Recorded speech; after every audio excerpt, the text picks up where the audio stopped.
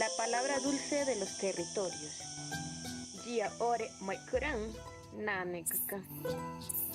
Tsunik tuwonwaika, tsunik anas saltuma. Juan bedia biakiro. Kana mu tu sheka ni ka muzi.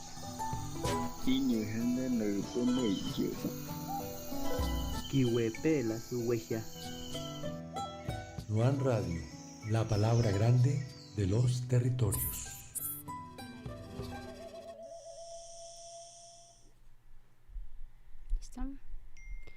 Bueno, bienvenidos y bienvenidas a este espacio de Nuwan Radio, la palabra grande de los territorios, la emisora del Observatorio de los Derechos Territoriales de la Comisión Nacional de Territorios Indígenas.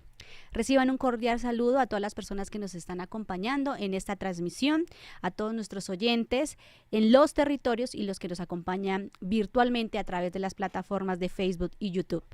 En esta oportunidad los acompañaremos desde el máster, quien les habla, Vanessa Tetelle, periodista indígena Bora de la Comisión Nacional de Territorios Indígenas, Camila Cifuentes, quien es artista visual de la CNTI, y en redes sociales, Melissa Barón.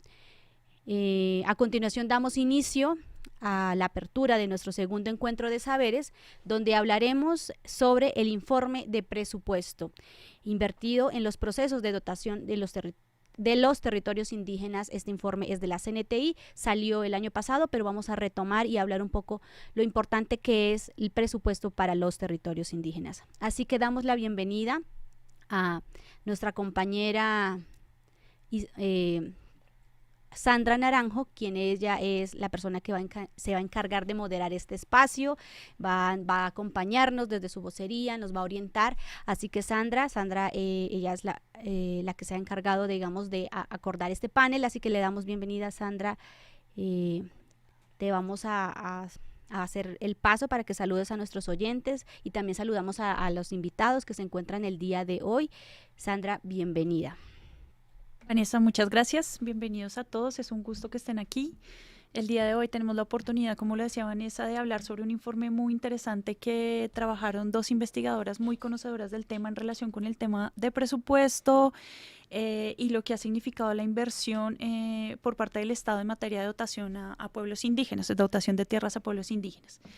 En esa medida nos acompañan hoy las dos autoras de este informe, Francis Vargas y María Isabel Galvis, dos investigadoras muy conocedoras del tema que nos van a comentar cuál es su contenido y en qué nos aportan las discusiones que en los espacios de discusión de los pueblos indígenas con el gobierno nacional se sostienen ya a un nivel de cualificación alta sobre el tema presupuestal. Y también nos acompañan dos conocedores, grandes conocedores de este tema, que desde sus perspectivas y experiencias, cada uno de ellos tiene mucho que también aportar el día de hoy en esta discusión. En primer lugar, Gerardo Jumí, quien fue secretario técnico de la Mesa Permanente de Concertación Indígena durante varios años y por eso tiene un gran conocimiento del tema y hoy en día se desempeña como secretario de la Secretaría General de la UNIC. Y Johnny, quien es economista de la Secretaría Técnica Indígena de la Mesa Permanente de Concertación y que también ha dado grandes, luchas por la reivindicación de los temas de discusión presupuestal desde este espacio. Entonces, muchas gracias a ustedes por estar aquí el día de hoy.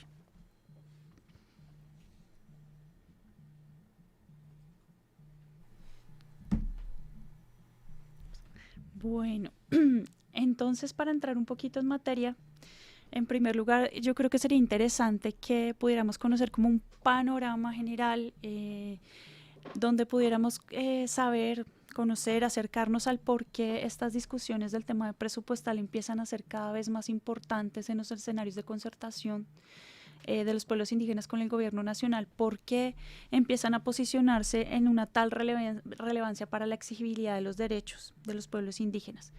Gerardo, no sé si nos puedas contar un poco sobre con una apertura sobre este tema y no sé si Johnny después quisiera como complementar algunos elementos. Perfecto, muchas gracias por la invitación acá a Nuwan Radio de la Comisión Nacional de Territorios Indígenas para los pueblos indígenas de Colombia y para la UNI en particular y personalmente para mí. Es muy importante, me da mucha alegría y vengo con mucho entusiasmo frente a la invitación para participar acá con nuestras opiniones y poder hacer pedagogía política acerca de los acontecimientos que se suceden a diario. Hay veces que pareciera que el mundo indígena está quieto, pero el movimiento indígena es un movimiento, hay una dinámica permanente. Hay cosas que están quietas desde siempre, hay asuntos como la historia, el conocimiento, el sistema de conocimiento de los pueblos indígenas, las sabidurías propias están, pero hay asuntos que los pueblos indígenas no lo tienen, digamos, en su radar porque son relativamente nuevos. Por ejemplo, todo el mundo conoce hoy en día que los pueblos indígenas estaban en mejor situación cuando llegaron los españoles, no había hambre, había conflictos naturalmente, pero digamos en materia de tierras, en materia de seguridad y soberanía alimentaria, en materia de hambre no había problema. Eso lo han dicho los investigadores, los mismos sabios nuestros dicen eso, pero en la medida que llegó la colonización, se instauró la república, lo que ha ocurrido es una especie de, se volvió una tradición de esa institucionalidad, digamos una política extractiva, tanto recursos como también una política institucional extractiva en donde esclavizaban a la gente, se llevaban todos los recursos del país, de los territorios indígenas, y de modo pues que sometieron a los pueblos indígenas a una historia de desconocimiento y exclusión permanente de la inversión pública.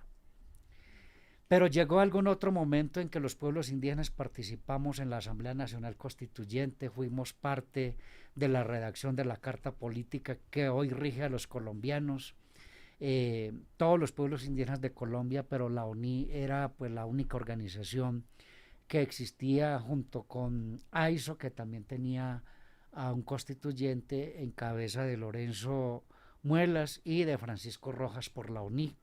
Ellos fueron, digamos, nuestros delegatarios en la Asamblea Constituyente, y estas organizaciones como la ONI se volvieron, digamos, volcaron todos sus esfuerzos para redactar junto con los constituyentes la carta política que hoy tienen los colombianos. Bueno, de ahí en adelante los indígenas hemos hecho los esfuerzos para participar en cada elección para el Congreso de la República, para las alcaldías, los consejos, las asambleas departamentales y las gobernaciones. No obstante, la participación de los indígenas no ha significado una mejoría sustantiva en materia de inversión pública, en materia de la inclusión en la inversión pública, sino que al contrario nosotros hemos evaluado que la exclusión de la inversión pública ha sido una constante, y compromisos que se hacen han sido, digamos, frecuentemente desconocidos. Para los pueblos indígenas ha sido un aprendizaje también participar en los planes nacionales de desarrollo, acordar un presupuesto, a veces una base y un techo, pero eso no ha servido de nadie frente a cada evaluación que las mismas organizaciones a través de los sistemas propios que tenemos hacemos la evaluación, siempre queda en un 6, en un 8%, máximo un 10%. La misma Contraloría General de la República ha dicho que las inversiones no han pasado del 23%, cuando el gobierno ha querido pues demostrar, no, invertimos el 80, el 70%, situación que no es cierta.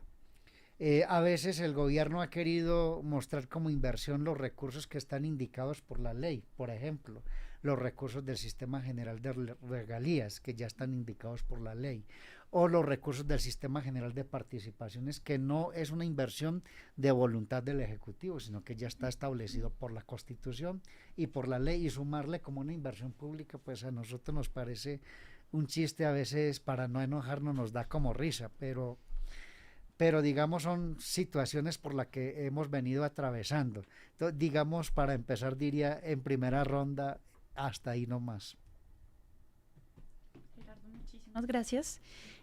Yo no sé si Johnny, quien ha estado también ahorita muy pendiente, muy al tanto de la discusión en que pues tuvo lugar con ocasión de la consulta previa al Plan Nacional de Desarrollo, en donde esta discusión es gruesa, es importante. No quisiera que te fueras tan allá a esto de la discusión reciente del plan, porque eso es un tema importante a tratar ahorita más adelante, pero así a grandes rasgos, ¿tú cómo ves esto de esto que mencionaba Gustavo en relación con una exclusión, una marginación de la discusión de la inversión pública? Bueno, buenos días para todos. Primeramente agradecerles el espacio a Nuwan Radio y a la Comisión Nacional de Territorios y a todo el equipo que está acá presente. Digamos que en términos como generales de la participación en los temas presupuestales siempre ha existido un rezago en la participación para la población étnica y en especial en la indígena. ¿Y por qué existe ese rezago?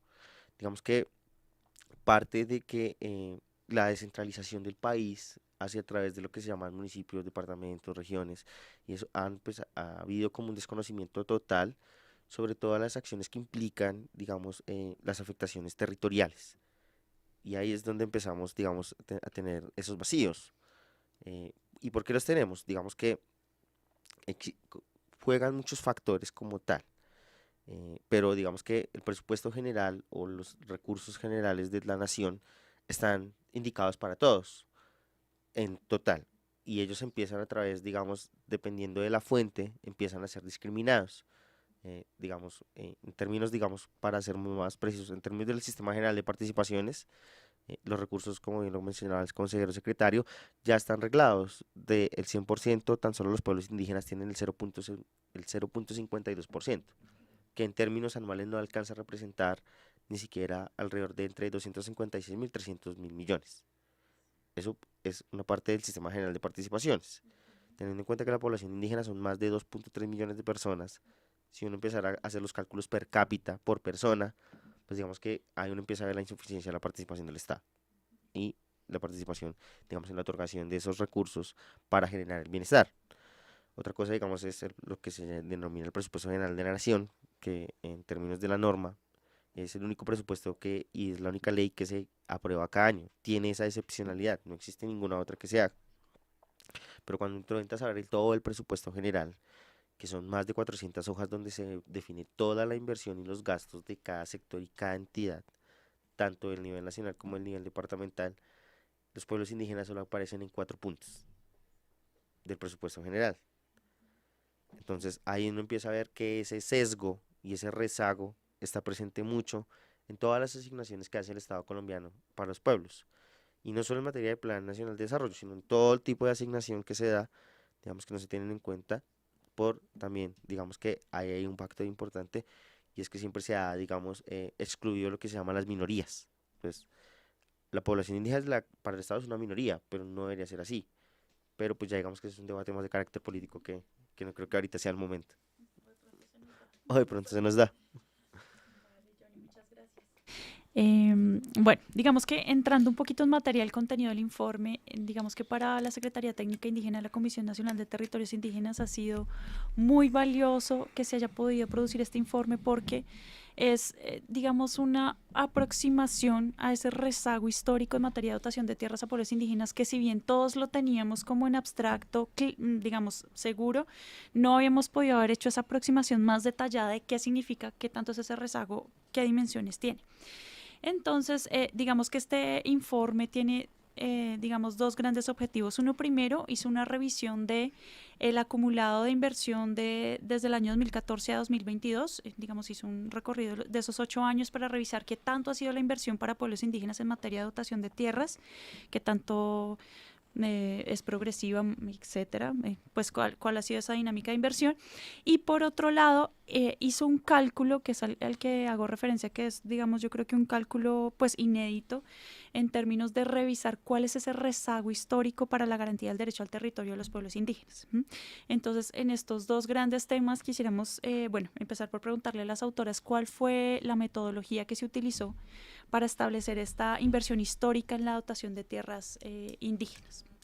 No sé si María Isabel o Francis quisiera responder.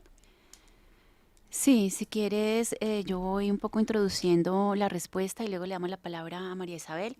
Primero, gracias por habernos invitado a este espacio. Yo creo que estos espacios pues aportan mucho a lo que Gerardo nos mencionaba como pedagogía y creo que es importante que los temas presupuestales que siempre han sido vistos como desde la órbita de lo técnico y lo tecnócrata empiecen a hacerse cada vez más comunes en el uso, digamos, o en la interpretación mejor de los problemas sociales del país y pues mucho más de los pueblos indígenas. En este caso, digamos, este informe, como tú bien lo mencionas, tiene dos partes principales. Una de ellas, que es la primera que nos vamos a referir, es el tema de cuánto se ha invertido históricamente en los territorios indígenas, por lo menos en lo que tiene que ver con dotación de tierras, porque es claro que, digamos, inversión en territorios, pues es la confluencia de varias políticas, pero en este caso estamos hablando exclusivamente de la dotación, o sea, de lo que tiene que ver, para que lo entendamos todo, de la constitución de resguardos indígenas, de la ampliación, del saneamiento, de la delimitación y de algo que también ha venido haciendo la Agencia Nacional de Tierras, que luego en el informe decimos no debería estarlo haciendo la Agencia Nacional de Tierras, sino la Agencia de Desarrollo Rural, que es la implementación de iniciativas comunitarias. En ese sentido, digamos, lo primero que buscamos fue la información. ¿Dónde estaba esa información presupuestal que fuese de acceso público y que pudiéramos tener allí, digamos, como las cifras oficiales? Y allí encontramos el sistema de seguimiento a proyectos de inversión del DNP. Es un sistema de información que es abierto al ciudadano para todos aquellos veedores o personas que hacen control social. Es importante que lo conozcan. Creo que vale la pena que lo revisen cuando hayan dudas acerca de las inversiones públicas, por lo menos en lo que tiene que ver con presupuesto general de la República de inversión. Eso fue lo primero que hicimos. Encontramos que había un proyecto de inversión que históricamente ha manejado la Agencia Nacional de Tierras para exclusivamente dotación de procesos territoriales de los pueblos indígenas y empezamos allí a levantar como un inventario, una base de datos de esa información, de cuánto ha sido la inversión por cada uno que en los términos del proyecto son productos, pero que en términos coloquiales son procesos de dotación de tierras. Y encontramos allí que cada proyecto ha venido variando, porque un proyecto tiene una vida más o menos máxima de 5 años, ¿sí? Ese es su horizonte, y cada vez que se ha construido y se ha aprobado ese proyecto, ha venido cambiando su versión. Y lo que hicimos allí fue una homologación de esos recursos de acuerdo a esos procesos y de acuerdo a los precios constantes de 2022. Le doy la palabra a María Isabel por si quiere de pronto especificar algo más sobre la metodología. Nosotros siempre hemos hecho mucho énfasis en que es importante que la gente entienda cuál fue la metodología para que entienda también las limitaciones de las cifras y porque también nos interesa un poco hacer común ese lenguaje metodológico del presupuesto que digamos no es nada más allá que un trabajo muy paso a paso de revisión y de análisis. María Isabel. No, pues simplemente pues creo que pues, Francis ha recogido la esencia importante del método. Básicamente pues recordarles e invitarlos digamos a usar estos sistemas de proyectos del sistema de seguimiento de proyectos de inversión del DNP para hacer seguimiento y veeduría del tema. Para el caso del proyecto en estudio, pues la Agencia Nacional de Tierras pues tiene un rubro específico, ya tiene un rubro específico desde 2014, donde hicimos, digamos, la estandarización de la información de 2014 a 2022, que si bien pues ha tenido técnicamente hablando 3 formulaciones, 3 estructuraciones diferentes, digamos, en algunos enfoques, en términos generales, pues el objetivo siempre pues ha ido al mismo, que es el de garantizar los derechos territoriales de las comunidades indígenas.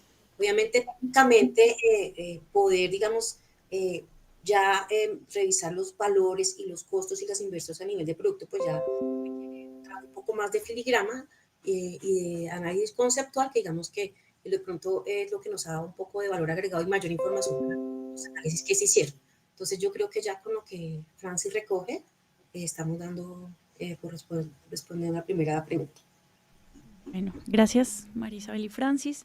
Bueno, ya teniendo más o menos clara la metodología, digamos que sería interesante saber a cuánto equivalen los recursos invertidos para esos procesos de dotación de tierras en el periodo que ustedes analizaron, en esos 8 años que ustedes analizaron, y digamos cómo se entiende esa cifra.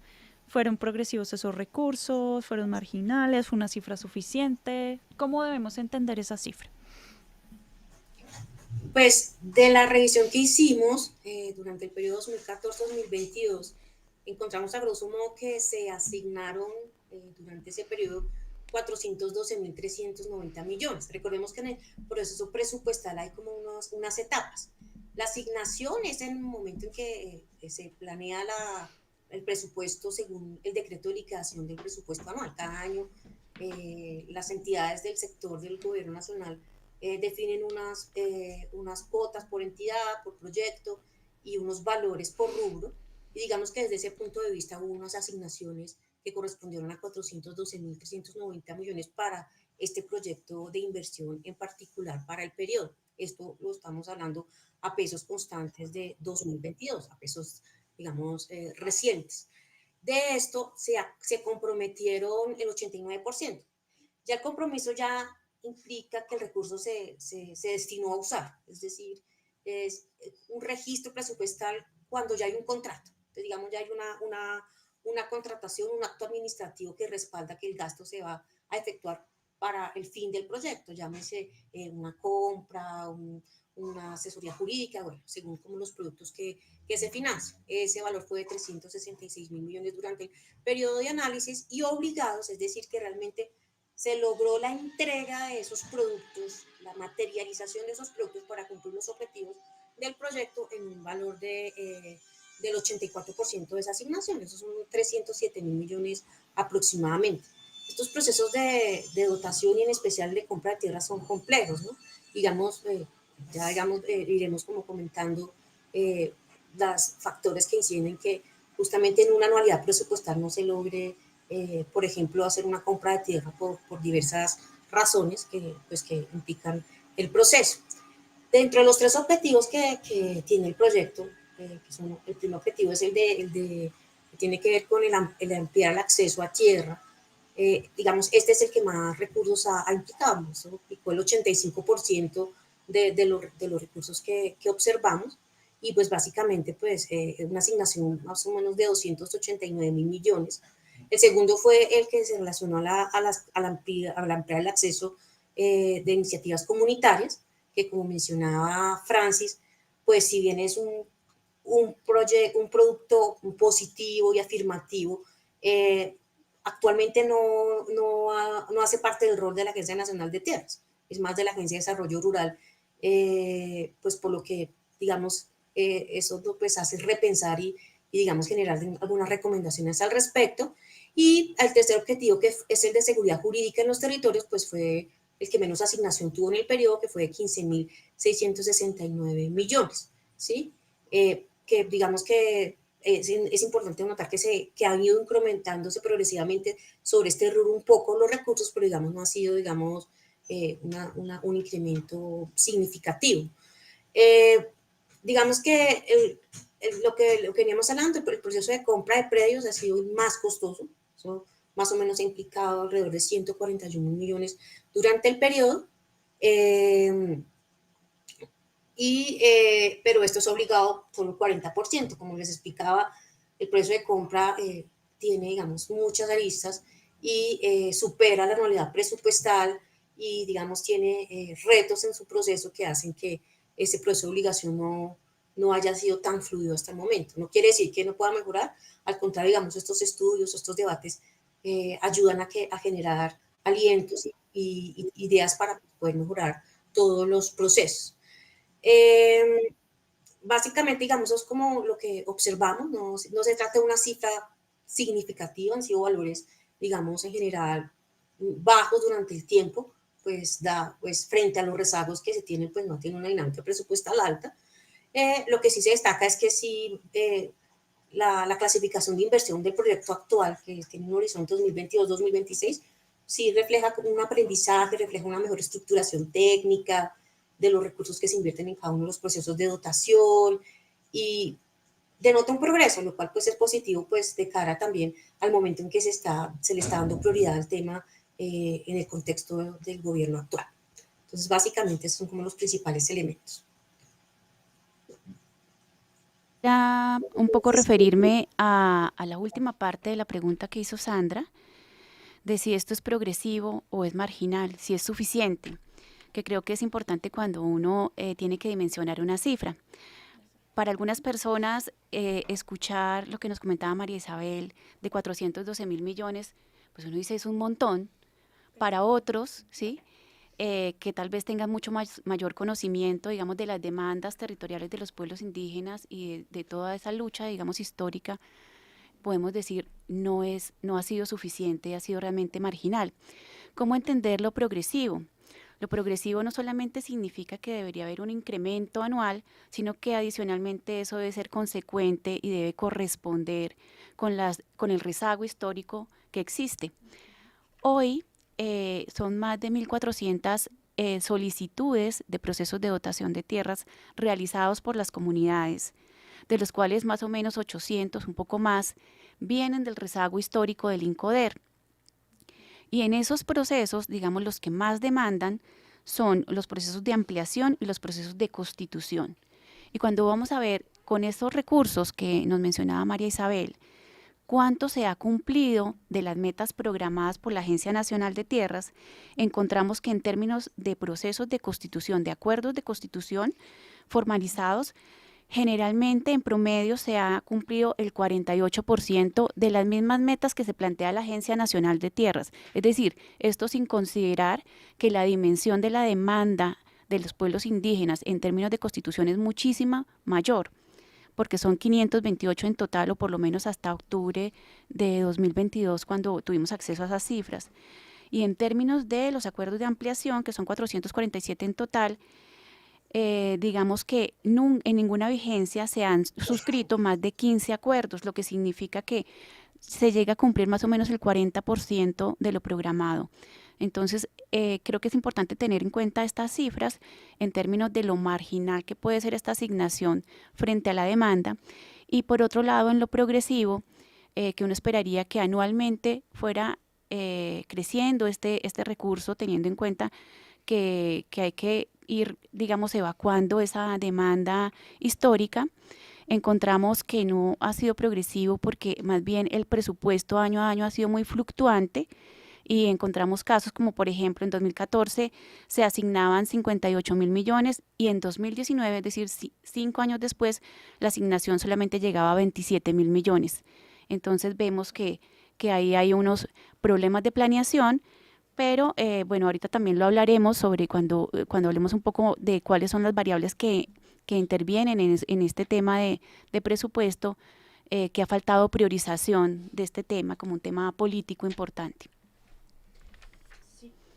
En relación con este último tema que mencionabas, yo no sé si esta pregunta sea un poquito compleja de responder, Gerardo, pero ¿qué puede incidir? ¿Qué es lo que incide para que el presupuesto asignado sea tan marginal en relación con el rezago histórico que hoy está alrededor de unas 1.500 solicitudes, según tenemos la cifra reciente en la CNTI? ¿Qué puede incidir para que sea tan marginal esa inversión presupuestal?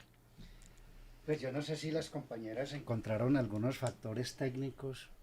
Para nosotros siempre ha sido la poca voluntad en la Agencia Nacional de Tierras.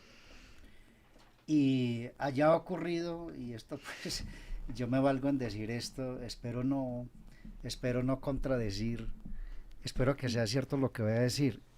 El mismo secretario técnico, el compañero Camilo Niño, ha denunciado constantemente en la Comisión Nacional de Territorios esa falta de voluntad. Tanto es que allá cambian un contratista y se pierde toda la carpeta. Pero quién sabe decir si el contratista se llevó la carpeta o la institución escondió la carpeta digamos, del expediente que llevaba. Cosas como eso parece, digamos, meramente anécdota, pero eso, no más eso, si eso ocurriera o no fuera cierto, o existiera algún otro factor, igualmente resulta muy grave para los pueblos indígenas, ¿cierto? Además, sucede otra situación, como aquí hay un periodo fiscal que acaba el 31 de octubre, entonces recurso que no se haya logrado comprometer. Por ejemplo, se tenía una negociación con un propietario, pero al propietario se le ocurrió decir, no, que como le voy a vender al Estado, eso vale más. Entonces, el hecho de la modificación del precio de ese predio ya no puede adelantar una negociación. O simplemente llegó el 31 de diciembre, no se adelantaron tales predios, ninguna negociación. El otro año en enero ya no puede volver a comenzar con esos predios, o no puede continuar, más bien hay que empezar de cero.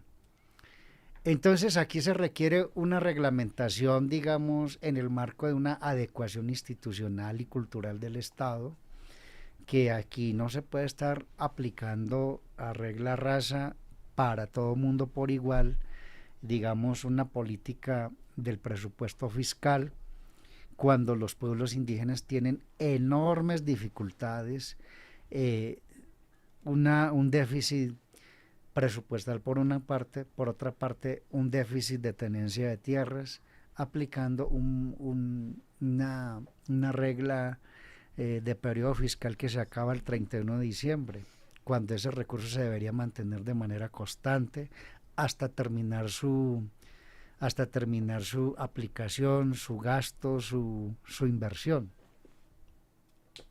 Gracias, Gerardo. Johnny, también un poco relacionado con esto, y tú decías ahorita, la inversión a pueblos indígenas en materia, digamos, SGP es poca, pero además en presupuesto general es casi que inexistente. Digamos, ya lo estamos viendo para el tema de dotación de tierras, la no correspondencia entre el rezago histórico y la inversión. Esto, digamos, como también se ven otros temas, digamos, además de lo territorial, cómo se puede evidenciar en otros, y a qué obedece, a qué puede llegar a obedecer. Bueno, yo creo que también hay que digamos, partir de muchos factores. Digamos, en el tema de tierras empieza a ser un tema de voluntades, sí, y digamos que no existe un estándar para saber cuánto vale un predio y cómo se vende, y eso no lo controla ni la GNT, eso es una negociación entre el dueño y todos. Pero en general podríamos nosotros, como secretaría, yo pues digamos que lidero todo lo que es el seguimiento, evaluación y control a todos los acuerdos de la mesa. En términos del plan anterior, el presupuesto total invertido para pueblos indígenas sabemos que fue alrededor de 1.5 billones en los 4 años. En todo. En general, 216 acuerdos. No, solo inversión. Solo inversión. De esos 1.6, realmente se ejecutó cerca del 50%. Y aquí hay que tener algo muy claro, y es que asignado no es igual a comprometido, y comprometido no es igual a ejecutado. Eso, digamos que es un principio. Entonces, digamos que nosotros podemos hablar de que el gobierno anterior nos dijo, no, son 10 billones con todas las fuentes. Pero realmente todas las fuentes no alcanzaban a sumar los 10. Sí, por ejemplo, en tema del SGP, la asignación cuatrienal es alrededor de 1.2.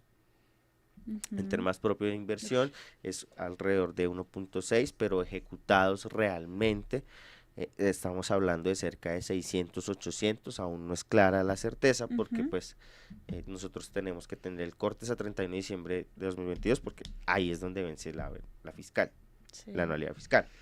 Entonces, digamos que en términos generales también es un poco de saber, digamos, cómo se mueve el Estado y cómo están estas inversiones dadas.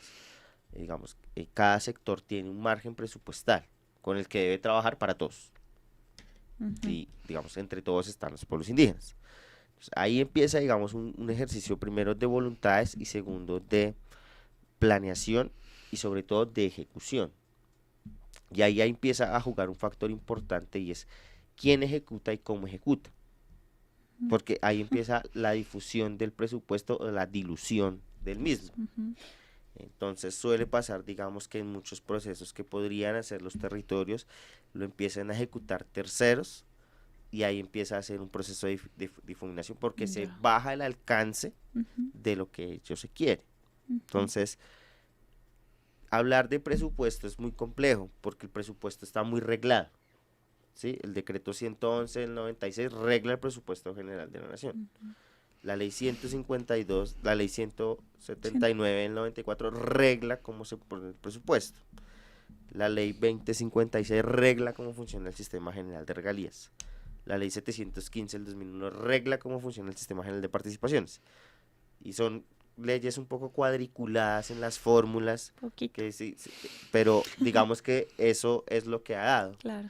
Entonces, digamos, en muchos casos hay que saber, digamos, también entender que los procesos de los acuerdos o los rezagos también obedecen a unas lógicas que ni el Estado puede alcanzar, ni tampoco es eso, porque, digamos, cambiar todo el sistema como Estado, pues implica unos cambios estructurales que en su mayoría nadie se ha atrevido a arreglar el presupuesto de manera distinta. ¿Por qué? Porque tiene unas reglas que son funcionales. Cambiarlo sería un poco complejo.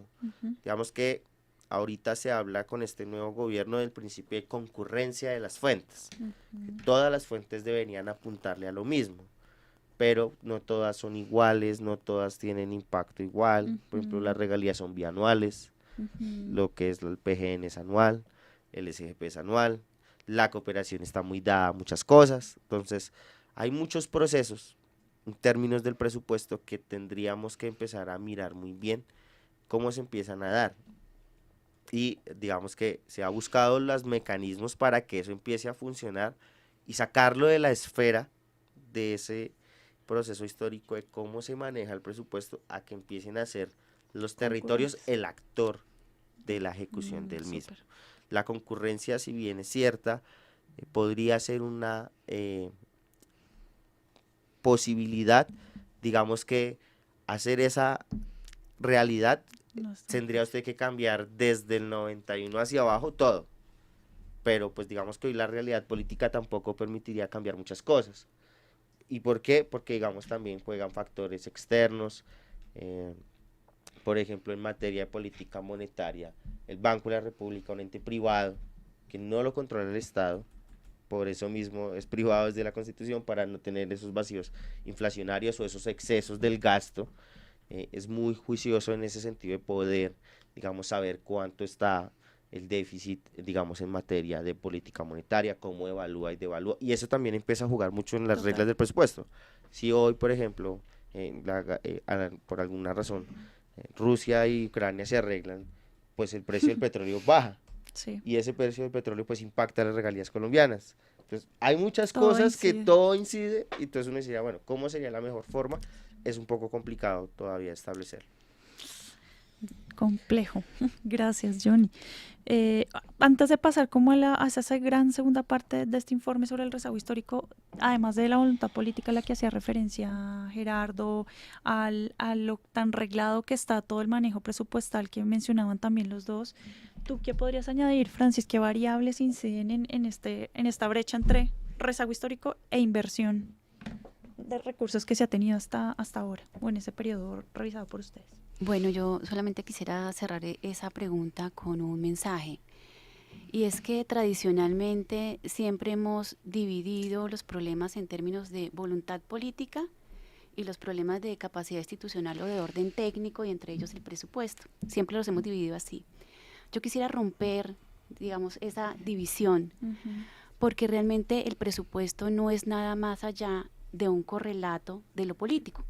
Cuando los temas, digamos, están priorizados en la agenda pública, son de interés de los actores que están allí, digamos, concertando o planeando de manera participativa, seguramente van a tener una importante robustez presupuestal. Pero cuando esos temas no son prioritarios por quien maneja la agenda pública, en este caso el Estado, esos temas empiezan a tener debilidades también en orden presupuestal. Entonces, la invitación es a no dividir los problemas, por un lado lo político y por otro lo técnico, porque son realmente dos cosas que se entretejen y que una es espejo de la otra. Y esa falta de voluntad política que se ha visto pues en los últimos años, y en este caso lo que analiza el informe es en la última década, ha significado que estos temas no sean tomados con la suficiente seriedad en la planeación pública, seriedad en la asignación del presupuesto, seriedad en la conformación de los equipos. Gerardo mencionaba algo que me parece importante, y es que cuando uno habla de estos procesos de dotación, son procesos de importante complejidad, porque no son solamente asuntos jurídicos, sino que esos asuntos jurídicos tienen que verse en contraste con dinámicas del mercado de tierras, en contraste con dinámicas de las discusiones sociales internas de una comunidad o de la capacidad organizativa. Entonces no son temas menores. Cuando el equipo de la Agencia Nacional de Tierras está constituido sobre todo por contratistas, pues estos tienen que tener una curva de aprendizaje que no es de un día para otro. Y una vez obtenida esa curva de aprendizaje, muchos de ellos pues no hacen parte nuevamente de la siguiente vigencia, y así se va perdiendo, digamos, esa capacidad institucional instalada, el conocimiento adquirido, y eso diluye un poco los procesos. Adicionalmente, pues se requiere un equipo mucho más robusto para atender pues la demanda de los pueblos indígenas. Entonces, un poco simplemente el llamado a eso, a la voluntad política se expresa también en el presupuesto, la voluntad política se expresa en dónde está la Dirección de Asuntos Técnicos en el organigrama de la Agencia Nacional de Tierras, en cómo se toman las decisiones y qué nivel de injerencia tiene esa Dirección de Asuntos Técnicos en la Agencia Nacional de Tierras y en las discusiones y en los acuerdos que se tejen.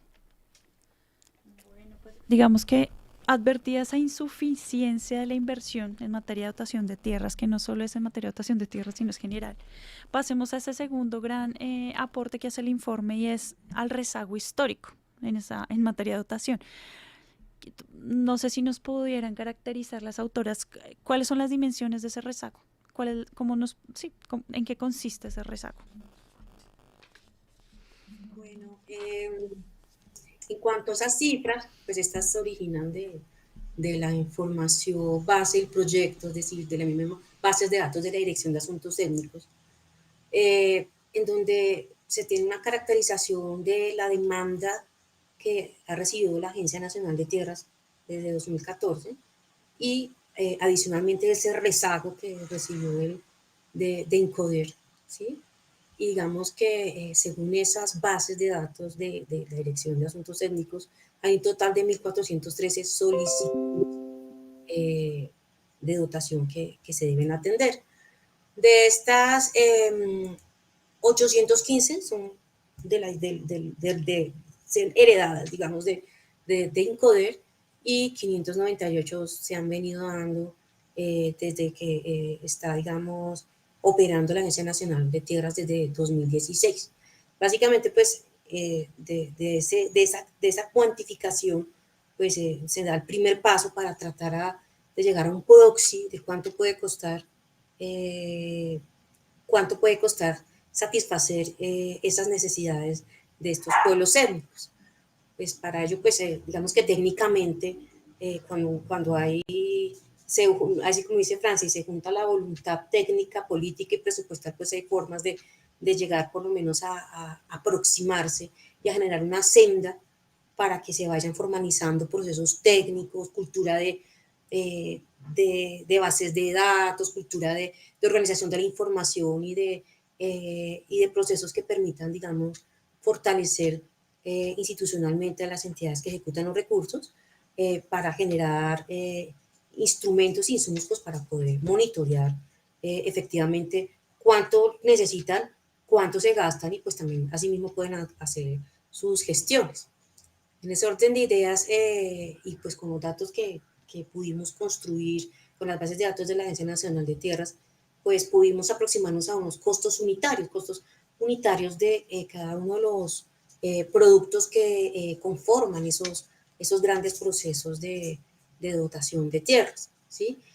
Afortunadamente con las fichas de proyecto y con la información que se estandariza, también como con las proyecciones que se tienen actualmente del proyecto de inversión que opera, que ejecuta la Agencia Nacional de Tierras, pues se pueden llegar a algunos valores proxy de esos costos unitarios.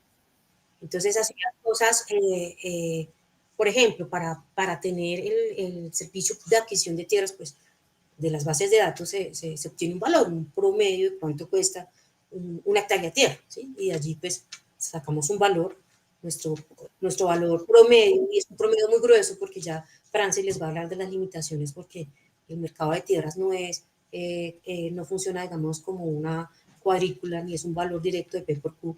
En promedio da un valor de 12 millones de pesos aproximadamente, pero ese valor puede variar del territorio, de si tiene vías cercanas de acceso, si está muy disperso el territorio puede ser mucho más costoso, es decir, hay N variables que pueden generar valores diferentes, no obstante hay un valor promedio que es de unas bases de datos de compra que tiene la entidad, la Dirección de Asuntos Céntricos nos da un valor que nos sirve de referencia para sacar cuánto cuesta una hectárea de tierras y poder estimar cuánto puede costar las hectáreas que están pretendiendo, y también pues ahí hay también limitantes porque pues esas pretensiones, esas demandas pues tampoco son, digamos, no están escritas en piedra, digamos, es un dato que tiene que seguirse afinando, y así sucesivamente pues empezamos a generar esos costos unitarios de cuánto cuesta un servicio, por ejemplo, en general un servicio de ampliación del resguardo. Esto lo obtenemos pues a través de los mismos indicadores del proyecto, ¿sí?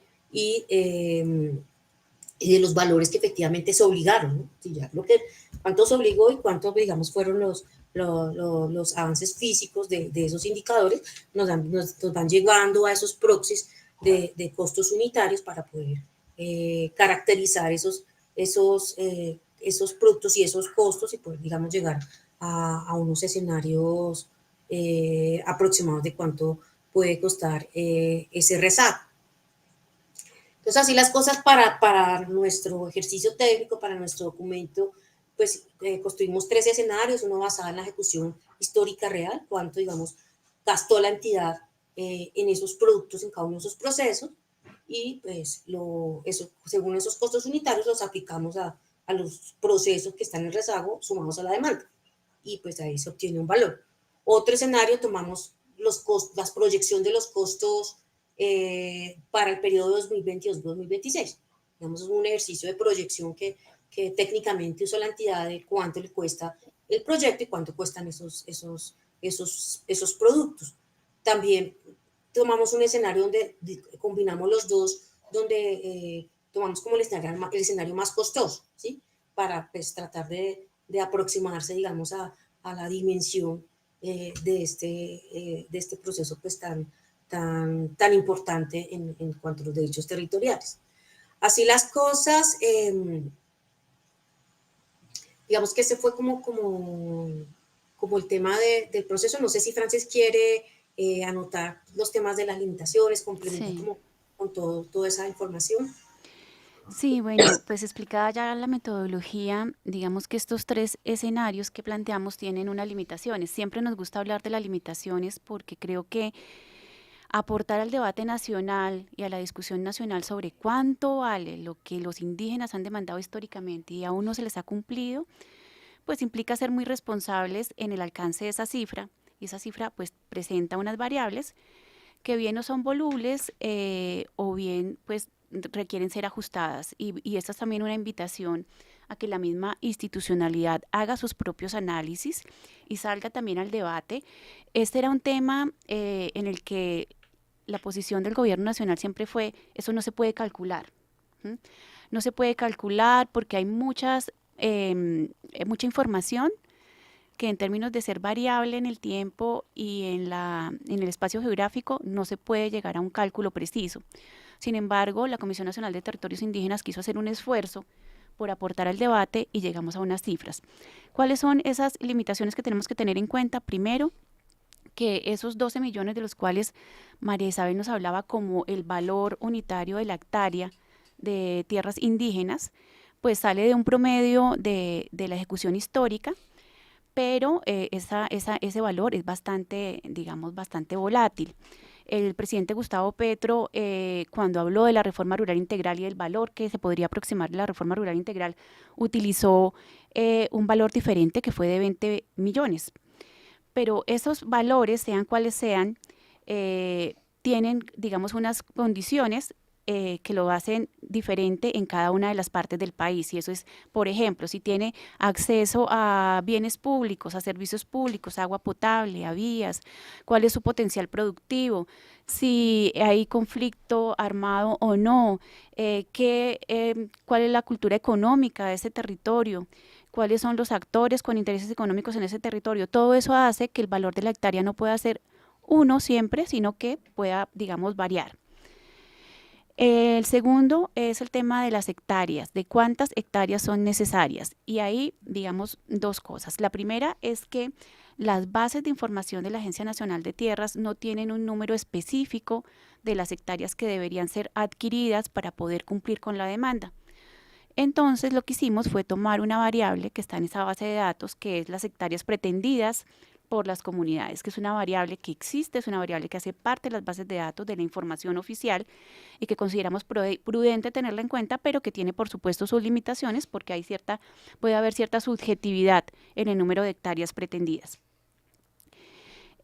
Por otro, de esas hectáreas pretendidas, es importante también, y ojalá la Agencia Nacional de Tierras pudiera hacer ese ejercicio, identificar cuáles de ellas son específicamente para adquisición o cuáles de ellas están en uso, y están, digamos, en posesión de los pueblos indígenas, porque eso también podría variar la cifra. Y lo último es que cada uno de esos procesos de dotación de los que hemos hablado, saneamiento, constitución, ampliación, delimitación, pues tienen unos factores que los hacen también valer de una manera diferente. Una es qué tan compleja es la situación jurídica, ¿sí? ¿Qué tan compleja es la situación jurídica de ese predio? ¿Cuál es la situación geográfica en la cual se encuentra? ¿Qué tan fácil es el acceso?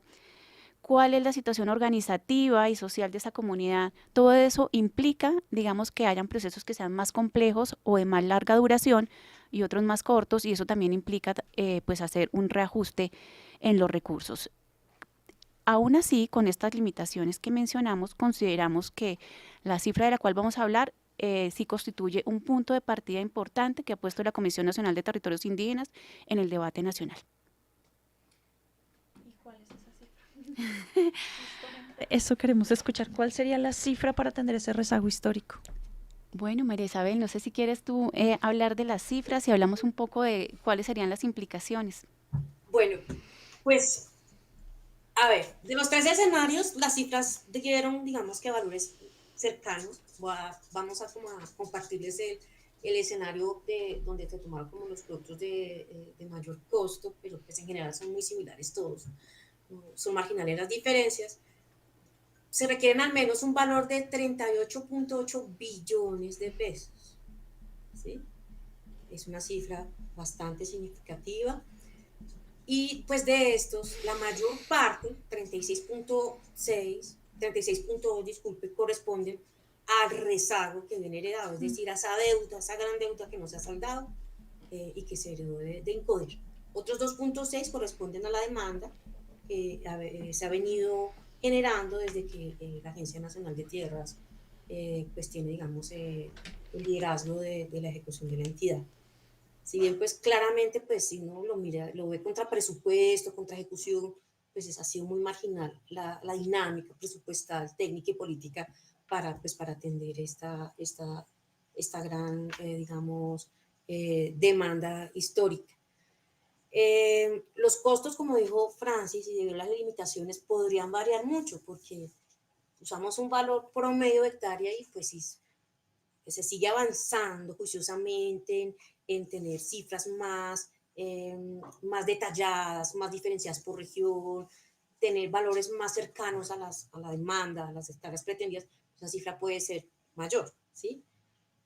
No obstante, esto ya nos marca como un derrotero de, bueno, ya más o menos vamos por esta dimensión, cuáles, digamos, eran las gestiones y las capacidades también institucionales y presupuestales y fiscales que tiene el país para atenderlo, ¿no? Y aquí pues es muy importante pues mencionar el tema fiscal también porque de alguna manera siempre termina incidiendo en las decisiones técnicas y políticas que se tomen, pero si se determina como una prioridad, pues se pueden hacer los mayores esfuerzos para asignar recursos a atender esta necesidad.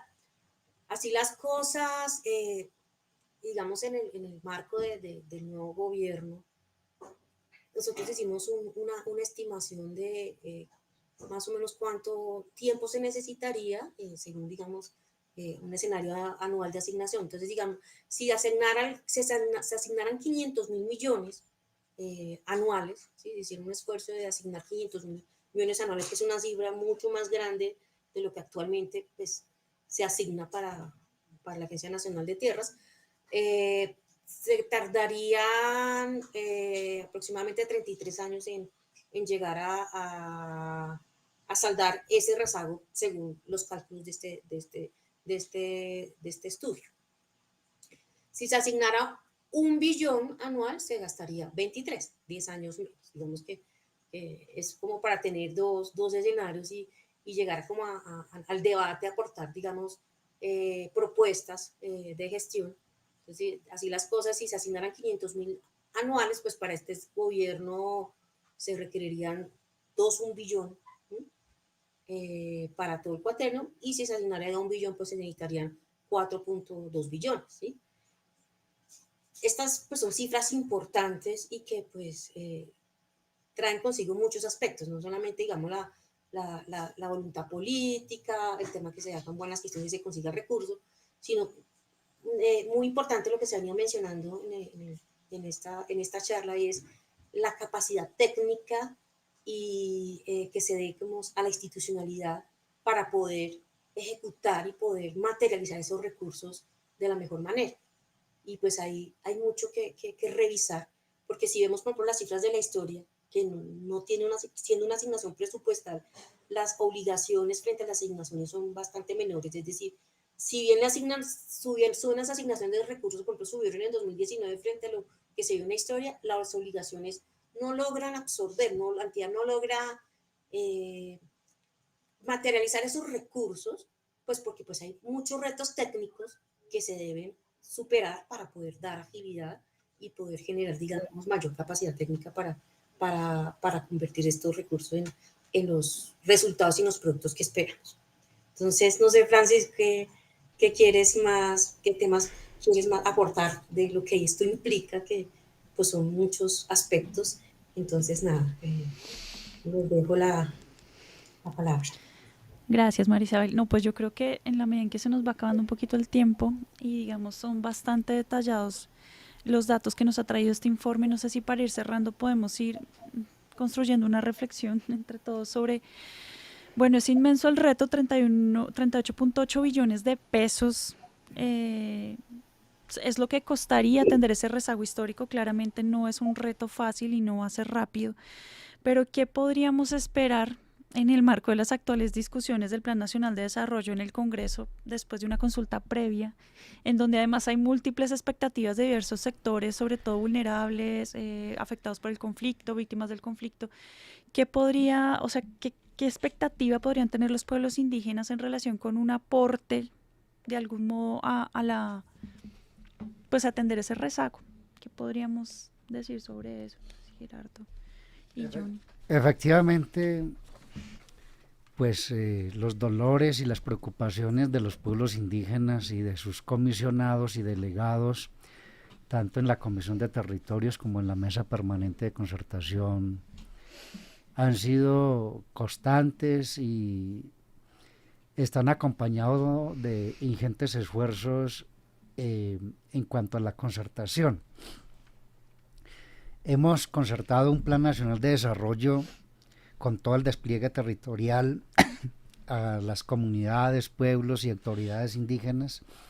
Hemos logrado protocolizar en la Mesa Permanente de Concertación. Hoy es un proyecto de ley que está cursando en el Congreso de la República con enormes dificultades. Algunos funcionarios gubernamentales y ahora que está ya, digamos, en el escenario del Congreso de la República, no hay suficiente comprensión respecto a lo que significa la consulta previa, libre e informada para los pueblos indígenas, a tal punto que por lo menos hasta donde tenemos conocimiento y hemos hecho seguimiento, es que ya la ponencia sugiere que se deba modificar todo lo consultado en la mesa permanente de concertación, y eso es grave.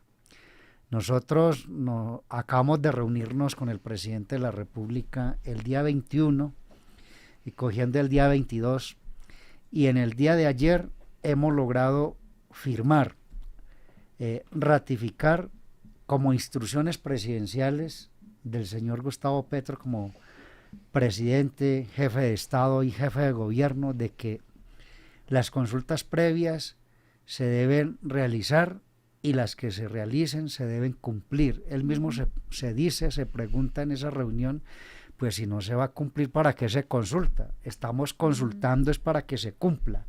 Entonces, la mesa permanente de concertación y el gobierno nacional, con base en esas instrucciones, como un acto de gobierno, como instrucción del presidente de la República, se acaba de firmar aquí justamente. Me lo acaban de... Esa primicia. Sí, es una primicia definitivamente. Esto, pues no es la solución total, pero sí quisiéramos que se marque como un hito histórico, se marque como una hoja de ruta para todo el gobierno nacional. Es más, el próximo lunes ya vamos a tener reunión con los ponentes para explicarle este tema, que hay una voluntad, una instrucción del jefe de Estado de que se deben cumplir, las consultas previas se deben respetar. El Congreso de la República se dice que tiene autonomía, que tiene soberanía legislativa, cosa que es cierta, pero también nosotros le vamos a plantear, y fue lo que nosotros le explicamos al señor presidente de la República, el doctor Gustavo Petro, que el Congreso tiene una soberanía limitada. No puede actuar de cualquier manera, y Johnny lo sabe, que en materia de presupuesto no es que cualquier congresista va diciendo yo le voy a aumentar tanto, no, eso no es así, o le voy a quitar tanto, eso no es así, porque eso tiene que tener una coordinación armónica con el Ejecutivo. El Ejecutivo es el que tiene, digamos, la iniciativa legislativa sobre el gasto. Entonces ellos tienen que tener un nivel, digamos, de coordinación, y lo mismo sucede en el Plan Nacional de Desarrollo, y lo mismo sucede con las consultas previas. Es que cuando el Congreso de la República va a adoptar una norma en nombre del Estado, pues lo adopta plenamente, o no se puede poner a decir, no, yo es que a tal convenio, a tal tratado le voy a quitar algo. No, eso no es así, lo tiene que asumir plenamente. Para eso es que el gobierno, en nombre del Estado, adquiere un compromiso con la comunidad internacional, y el Congreso simplemente lo tiene que ratificar. El Congreso lo tiene que ratificar. En este caso, en materia de consulta previa, ¿qué ha hecho el gobierno? En nombre del Estado, hace una consulta previa con los pueblos indígenas y se ha comprometido a respetar. ¿Qué le toca al Congreso de la República? Ratificar ese compromiso que el Ejecutivo ha hecho con los pueblos indígenas. Entonces, aquí hay pues una noticia. Yo creo que es el primer medio, primicia, sí. Numa Radio, que tiene esta noticia, y que le vamos a dejar este documento acá para que se difunda, para que los pueblos indígenas lo conozcan, para que sea un instrumento de exigibilidad frente al Estado en todos los órdenes, tanto en el orden nacional, en el orden departamental y municipal, con cualesquiera de las entidades públicas que tengan una relación en materia de exigibilidad y de cumplimiento de las consultas previas. Hay que cumplirse. Excelente. Johnny, ¿tú quieres agregar algo? Sí, claro. Bueno, digamos que a diferencia de los planes anteriores, este plan tuvo una mayor incidencia por parte de la mesa permanente y de las organizaciones porque lo empezamos a planear desde marzo del año pasado. Hace un año, con el equipo de la mesa y el equipo, pues, mi equipo, como lo podría yo decir, empezamos a estudiar y a analizar todo el plan desde ceros y empezamos a tratar de abordar unas fases sin saber quién iba a ser el presidente. Eso no era nuestro interés. Nuestro interés era más de saber, bueno, cómo vamos a incidir desde el momento cero en esa parte. Y yo creo que fue un trabajo muy exitoso porque por primera vez se dio una preconsulta donde antes de que existiera el plan, nos logramos sentar con todos los sectores a ver qué era lo que iban a proponer. Inclusive la Comisión Nacional de Territorios pudo sentarse 2 veces con el Ministerio de Agricultura, la Agencia Nacional de Tierras y la Agencia de Desarrollo Rural a mirar, y la URT a mirar qué era lo que querían hacer. O sea, se hablaba del gobierno del cambio, pero necesitamos saber qué era lo que quería cambiar. Eso era muy chistoso, pero fue algo que nos permitió desde el momento cero, y bien lo sabe el consejero Gerardo, nos permitió alistarnos a todos. Vamos a estar en modo plan durante más de 6 meses, definiendo qué queremos, hacia dónde vamos, cómo lo queremos. Y eso se ha traducido en muchas cosas importantes, se ha traducido en una serie de acuerdos muy estructurales, 231, en diferentes sectores. Se ha traducido en más de 36 artículos, donde, digamos que para aportar un poco a la discusión, 2 los construimos nosotros muy importantes. Uno es el de la programación presupuestal. Siempre existía la pelea de es tanto, vamos por tanto, y existía esa puja política, que está muy bien dada. Pero esta vez quisimos hacer un poco las cosas diferentes y le dijimos al Estado, es como, oiga, en vez de estar peleando si es más o si es menos, permitámonos participar nosotros los pueblos en todo el inicio del ciclo de la programación presupuestal, desde el momento en que empieza la construcción de los POAI hasta que se pasa al anteproyecto del presupuesto y cuando se radica el proyecto del presupuesto, para que haya esa precisión y para que haya ese margen de flexibilidad para poder materializar mejor los derechos. Los derechos ya están ganados. Sí. Eso no lo discutimos. Lo que estamos diciendo es cómo se materializan. Digamos que, si bien digamos lo que hoy antes era SPI y ahora se llama Mapa de Inversiones del DNP, será como esa nueva plataforma de seguimiento a los proyectos de inversión. Nosotros podemos dar certeza, digamos que en el presupuesto general de la Nación del año pasado se aprobaron 342 mil millones solo para formalización de territorios dentro del presupuesto general de la Nación. Eso no existe ya en una ficha aparte, eso no es una ficha, no, es un proyecto que está oficialmente dado para hacerse cada año, que puede sufrir cambios, claro, evidentemente, pero pues nosotros ya sabemos que el punto de partida es 342 mil millones. De ahí vendremos en la programación presupuestal de 2024 con la Comisión de Territorios y la Mesa Permanente, incidir en que esa cifra sea mucho mayor el siguiente año. ¿Cuánto? No sabríamos ahorita tener certeza, pero sí queremos que esa cifra vaya creciendo paulatinamente. Y ya no se trata de un tema de pujas, sino que sea un tema de coordinémonos para que ambas cosas funcionen de la mejor manera.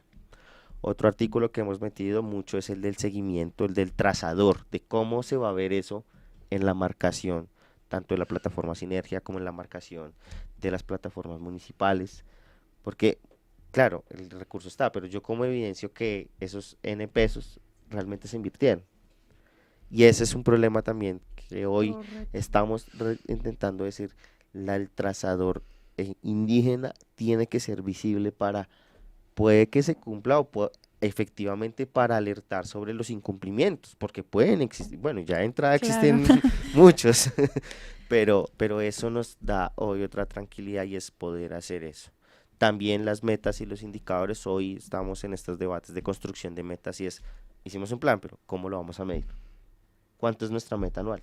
¿Qué es lo que vamos a querer lograr 4 años? Son 20.000 casas, son 800 puntos de agua potable y saneamiento básico, son más 20.000 puntos de infraestructura en internet, son tantas escuelas o tantos centros educativos construidos, tantos puestos de armonización, o sea, puestos de salud propios hechos. Son muchas cosas las que empezamos a conjugar ahí. ¿Cuántos modelos vamos a hacer? Pero pues bueno, el universo de los pueblos es muy grande, ¿no? Entonces, y aquí hay que verlo todo integral, o sea, nada está suelto. Puro pensamiento circular, como dicen los mayores. Bueno, yo creo que estas 2 intervenciones nos aterrizan un poco a esa angustia con la que veníamos de esa cifra 38.8 billones de pesos, que cuándo se va a lograr. pues garantizar, ¿no? De esas 1.500 solicitudes hoy existentes en materia de tierras. Y sin embargo, así como tú lo destacabas, Johnny, este dato es un dato que es producto del trabajo de los pueblos indígenas para poder precisar, cualificar la información que tienen para justamente dar estos debates que han llegado a un nivel de tecnicismo en el buen sentido de la palabra para la discusión del Plan Nacional de Desarrollo. Muy interesante. Entonces, destaquémoslo en ese sentido porque con esta primicia que nos acaban de traer de una ratificación del presidente de la República para garantizar los acuerdos de consulta previa al Plan Nacional de Desarrollo, pues es toda una oportunidad para que en el diálogo con este gobierno los pueblos indígenas se sigan cualificando en su información, en sus datos, en sus hallazgos técnicos y asimismo se den el debate siempre perspectiva de la mejora de los derechos y de la garantía de los derechos de los pueblos indígenas. Entonces les agradecemos a todos por estar aquí, por compartirnos estas impresiones, por la exposición de este informe tan valioso. Los invitamos a consultarlo en nuestra página web, que ya debe estar allí colgado. Y bueno, esperamos este sea otro más de nuestro encuentro de saberes para pues dar continuidad justamente a estos ejercicios de cualificación, de discusión en el debate público. Muchas gracias a todos.